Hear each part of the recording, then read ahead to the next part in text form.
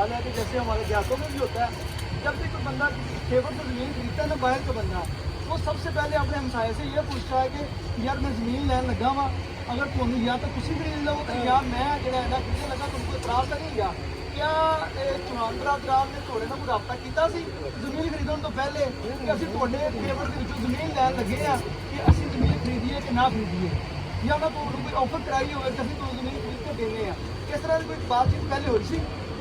देखें जी, जो अब हमारे उनके साथ ये पिछले जनरल इलेक्शन के बाद जो ताल्लुकात थे वो ऐसे नहीं थे। अब तो उन्होंने हम पे गुस्सा निकालना था, उन्होंने हमें क्यों कहना है कि हम आपको ले देते हैं या कर देते हैं या ये कर देते हैं वो कर देते हैं। हमारा सिर्फ छोटा सा आप लोगों के तवज्जुह ये एक सवाल है, ये रजिस्ट्री आपने खुद करवाई है, ये रजिस्ट्री मुरब्बा नंबर 31 और ये किला नंबरान जो दर्ज है आपकी रजिस्ट्री पे, आपने इसका कब्जा ले लिया, फिर आप हमारी वाली साइड पे क्यों आए? ये एक सवाल है। या तो आप लोग कहते हैं हमने ये रजिस्ट्री गलत करवाई है, हमने कब्जा नहीं लिया था, फिर हम आपसे दूसरी बात कर लेंगे।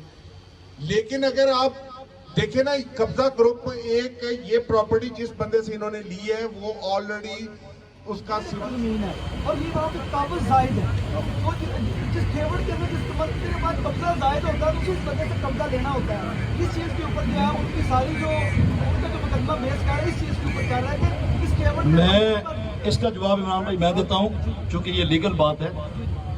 कानूनी बात ये है कि उन्होंने रकबा खरीदा है, राना तनवीर और उसकी कंपनी ने रकबा खरीदा है मुरब्बा नंबर 31 से, और वो रजिस्ट्री आपको दे दी गई है जिसमें मखसूस स्पेसिफिक किला नंबर और मुरब्बा नंबर है।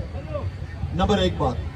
नंबर दूसरी बात, उसमें कब्जे का जिक्र है कि कब्जा मुश्तरियान खरीदार ने ले लिया है, और जो कानूनी कार्रवाई करेगा ना, आप 31 मुरब्बा का छोड़कर आप इसलिए आ गए हैं कि ये चूंकि हाजी इफ्तिखार बंगू के पास पाकिस्तान बनने से पहले ये रकबे का कब्जा आ रहा है और उनके पास कब्जा अपनी मलकियत के मुताबिक है, पे लेने क्या आ गए हैं। तो जो गैर कानूनी इन्होंने इख्तियारात के नजायज इस्तेमाल करते हुए प्रेशर सियासी डालकर किया ना काम, वो ये है कि सिर्फ एक घर का वंडा बन गया है, वंडा तमाम खातेदारों का बनना चाहिए था। ये कानूनी बात है कि ये तो नहीं कि एक खाता में अगर 10 बंदे मालिक हैं तो एक का वंडा बनेगा उसकी मर्जी से, या सबको वंडा बनाकर दिया जाएगा। बेशक यही वंडा बन जाता, बेशक इनको यही रकबा दे दिया जाता, लेकिन बाकी लोगों का भी वंडा बनाना था, उनका भी हिस्सा, उनका भी पोर्शन, उनका भी जो जगह थी वो अलग मेंशन करनी थी।